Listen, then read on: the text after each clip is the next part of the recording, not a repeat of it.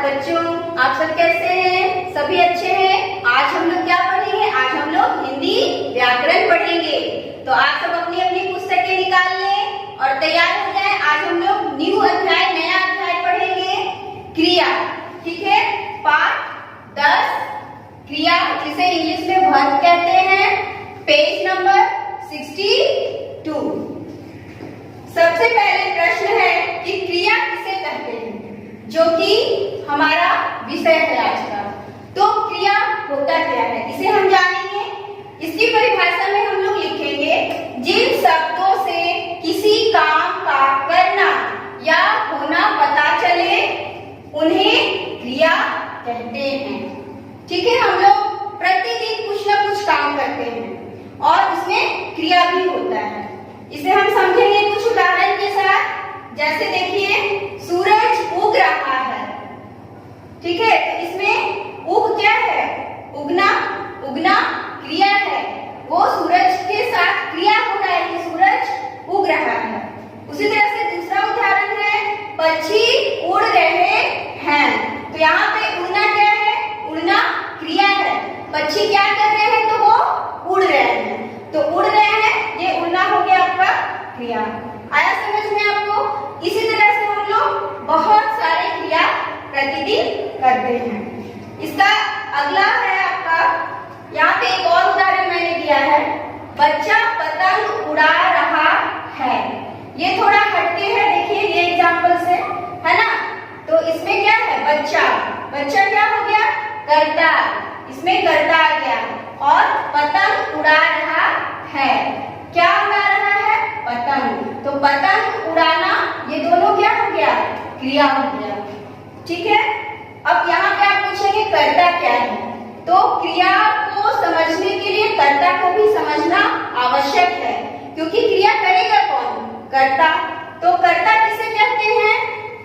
काम करने वाले को कर्ता कहते हैं। यानी जो काम जिसके द्वारा हो रहा है उसे कर्ता कहेंगे। जैसे देखिए, डाकिया पत्र बांट रहा है। यहाँ पे भी हम लोग देखे थे, बच्चा पतंग उड़ा रहा है, तो बच्चा कर्ता था। उसी तरह से यहाँ पे क्या कर्ता हो जाएगा?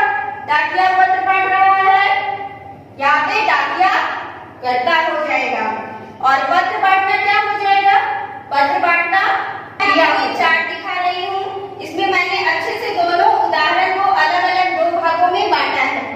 पहला क्या है? कर्ता। कर्ता यानी कौन? कौन कर रहा है? तो पहले उदाहरण को देखें तो वहां पे कर्ता बच्चा है, मैंने अभी आपको समझाया। और दूसरे उदाहरण में कर्ता डाकिया है। उसी तरह से यहाँ पे क्रिया क्या हो रहा है? तो पतंग उड़ाना क्रिया हो रहा है बच्चे के द्वारा। ठीक है, और डाकिया क्या कर रहा है? कौन सा क्रिया कर रहा है? तो पत्र बांटना, ये डाकिया का क्रिया हो रहा है। आपको इतना समझ में आया कि क्रिया क्या है और कर्ता क्या है? तो क्रिया यानी काम और उसके करने वाला कर्ता। क्रिया के भेद को देखते हैं। तो क्रिया के भेद को समझने के लिए सबसे पहले एक प्रश्न आता है, क्रिया के कितने भेद होते हैं? यहाँ पे देखिए, क्रिया के 2 भेद होते हैं। कौन कौन? अकर्मक क्रिया और सकर्मक क्रिया। इसे याद रखना है। क्रिया के कितने भेद होते हैं? क्रिया के 2 भेद होते हैं, अकर्मक क्रिया और सकर्मक क्रिया। अब चलिए हम लोग एक एक करके दोनों भेद को समझेंगे। पहला है अकर्मक क्रिया। अकर्मक क्रिया किसे कहते हैं? क्या होता है अकर्मक क्रिया? क्रिया हम लोग समझ गए, लेकिन अब उसके साथ अकर्मक जुड़ा हुआ है। ठीक है, तो अब जब हम अकर्मक को समझेंगे तो जानेंगे कि इसमें क्या क्या आता है। यहाँ पे प्रश्न आ रहा है आपका कि अकर्मक क्रिया किसे कहते हैं? तो इसका परिभाषा हम क्या लिखेंगे, इसे कैसे समझेंगे? जिस क्रिया का प्रभाव कर्ता पर पड़ता है उसे अकर्मक क्रिया कहते हैं। अकर्मक क्रिया में कर्म की आवश्यकता नहीं होती। ठीक है, यानी इससे हम क्या समझे कि आपका वैसा उदाहरण जिसमें आपका कर्ता हो, ठीक है, और क्रिया हो, लेकिन कर्म हम नहीं दिखा रहे हैं। जैसे उदाहरण में समझिए, बंदर कूद रहा है। तो बंदर क्या है? बंदर कर्ता है और कूद रहा है क्या है? यह आपका क्रिया है, लेकिन इसमें कर्म नहीं दिख रहा है। अगर यहाँ पे रहता बंदर ऊंचा कूद रहा है, तो ऊंचा क्या हो जाता? ठीक है। लेकिन यहाँ पे सिर्फ है कि बंदर कूद रहा है, सिर्फ कर्ता और क्रिया है, इसलिए इसे हम क्या कहेंगे, आकर्मक क्रिया। ठीक है। इसी तरह से दूसरा उदाहरण है पक्षी उड़ता है। पक्षी कैसे उड़ता है, क्या कर्म कर रहा है ये नहीं पता चल रहा है। पक्षी तेज उड़ रहा है, धीरे उड़ रहा है, यहाँ पे क्या है, सिर्फ पक्षी उड़ता है, यहाँ पे कर्म नहीं दिख रहा है, हमें सिर्फ कर्ता मिल रहा है और क्रिया मिल रहा है, तो इसलिए ऐसा वाक्य क्या हो जाएगा, अकर्मक क्रिया। ठीक है, आप लोग को समझ में आया। इसी तरह से कुछ उदाहरण और भी हैं जिन शब्दों को हम अकर्मक क्रिया में रखते हैं, जैसे आना, जाना, चलना, उठना, बैठना, हंसना, रोना, गुस्सा होना, रूठना आदि अकर्मक क्रिया है। सीधे तौर पे बच्चों आप समझ सकते हैं कि जो प्रकृति से जुड़ा हुआ है या जो हमारे स्वभाव में है, उसमें बहुत सारा वाक्य ऐसा है जो अकर्मक क्रिया में आता है, क्योंकि उसमें हमें कर्म की आवश्यकता नहीं पड़ती।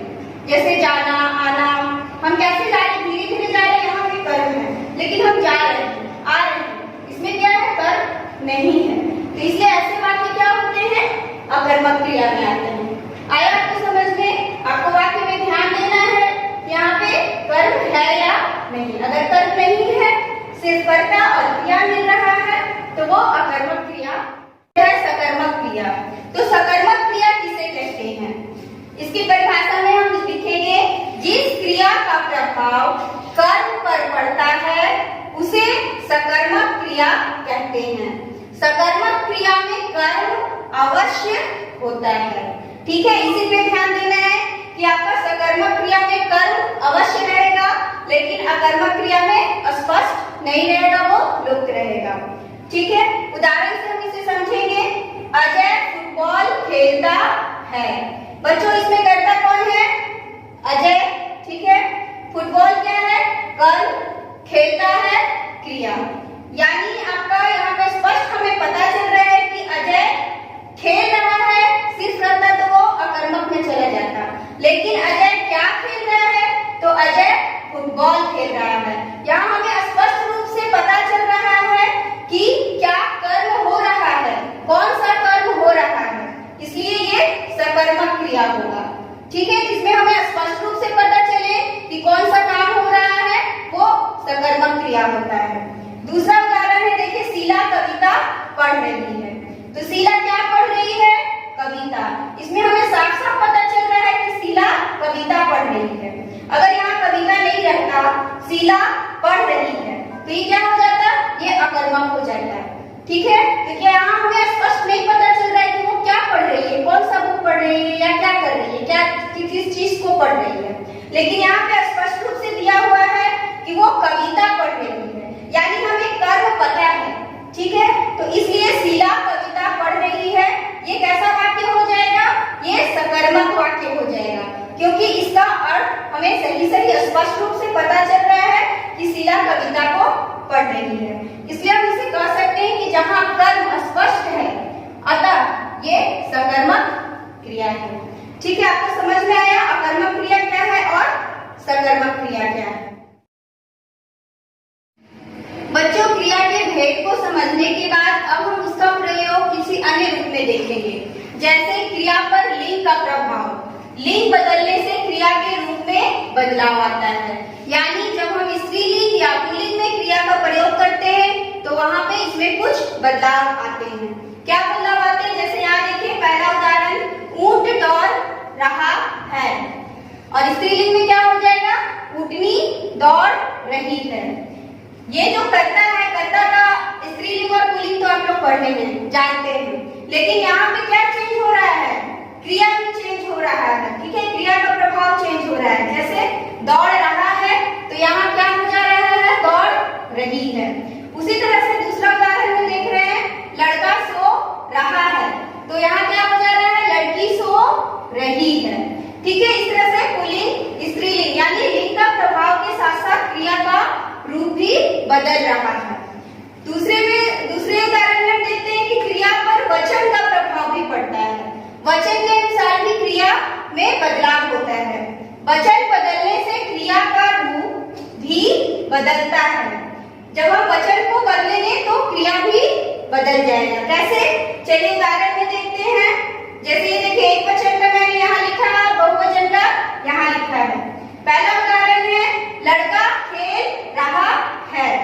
ठीक है।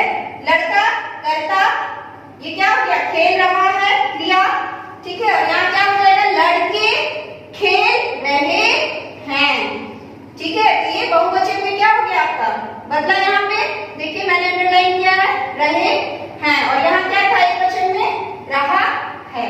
और आप ये तो जानते ही हैं कि लड़का का बहुवचन क्या होगा, लड़की, ये मैंने आपको बहुवचन में पढ़ाया है। तो अब दूसरा उदाहरण देखिए, ये जो पहला उदाहरण था ये आपका किसमें आ जाएगा, ये अकर्मक क्रिया में आएगा, ठीक है। और दूसरा उदाहरण जो है वो सकर्मक क्रिया से है। तो इसमें देखिए एकवचन में क्या है, बंदर ने एक केला खाया। बंदर क्या हो गया, कर्ता, यहाँ कर्म दिख रहा है, एक केला, और खाया क्या है, क्रिया। तो जब इसे बहुवचन में बदलेंगे तो क्या हो जाएगा, बंदर ने केले खाए। यहाँ पे 4 है, ठीक है, क्योंकि एक में तो आप एक ही प्रयोग कर सकते हैं, एक को हम लोग को बदलना होगा।